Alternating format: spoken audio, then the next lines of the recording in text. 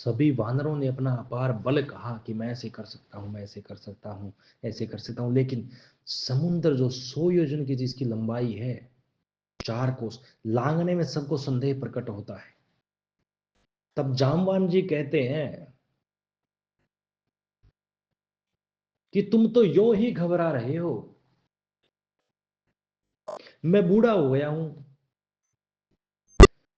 ये बात उस वक्त की है जब मैं जवान था, और यही प्रभु श्री राम जी ने वामन अवतार लिया था। और जब ये वामन अवतार में थे तो राजा बलि से 3 पग धरती मांगी, और राजा बलि जब 3 पग धरती देने लगे तो वामन अवतार में इसी प्रभु श्री राम ने इतना विराट रूप कर लिया, इतना विराट रूप कर लिया कि जिसका वर्णन नहीं हो सकता। किंतु मैंने उस समय में जवान था, और मैंने क्या किया कि 2 घड़ी में ही भगवान की, वामन अवतार जो भगवान थे, 3 परिक्रमा कर ली।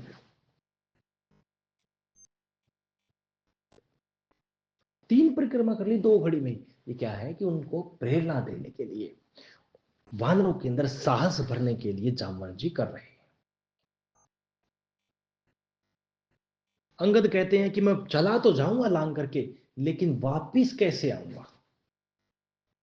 जामवंत जी कहते हैं कि रुको, तुम तो प्रधान हो वानरों के, तुम्हें कैसे भेजा जा सकता है। हे हनुमान, तुम पवन के पुत्र हो, तुम में पवन कैसा बल है, तुम ज्ञान विज्ञान बुद्धि की खान हो,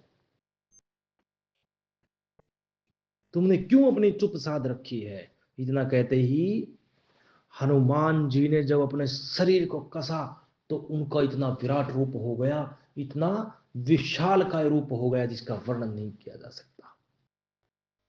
उनका सोने कैसा रंग हो गया। सिंह नाद करते हैं, सिंह गर्जना करते हैं, और कहते हैं कि मैं इस खारे पानी के लवण सागर, इस खारे पानी के सागर को एक घूंट में पी सकता हूं। सिंह गर्जना कहते हैं, और कहते हैं कि मैं खेल खेल में ही अपने रावण को, रावण के सहायकों सहित मार के त्रिकुट पर्वत को जड़ से उखाड़ कर यहां ला सकता हूं। हे जामवन, आप मुझे वही शिक्षा, वही उपदेश दें, वही सिखावन दें जो यथाचित हो, जो उचित हो, जो यथार्थ हो। और जामवन कहते हैं कि चराचर के स्वामी प्रभु श्री राम ही रावण को मार करके माता सीता को वापिस लावेंगे।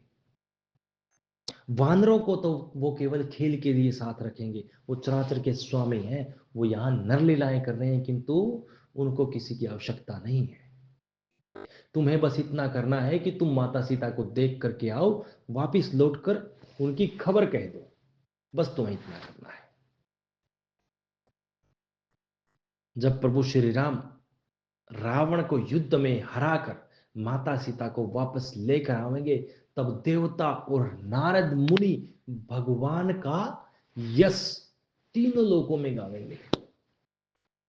और जो इस कथा को सुनता है वो परम पद को पाता है, और जो इस यश को सुनेगा, प्रभु श्री राम जी के इस वर्ण को, इस यश को सुनेगा, उसकी परम गति होगी। परम पद के प्रभु श्री राम जी के चरणों में सदा उसका अनुराग और भक्ति रहेगी। और इसी के साथ आज हमारा किष्किंधा कांड भी समाप्त होता है।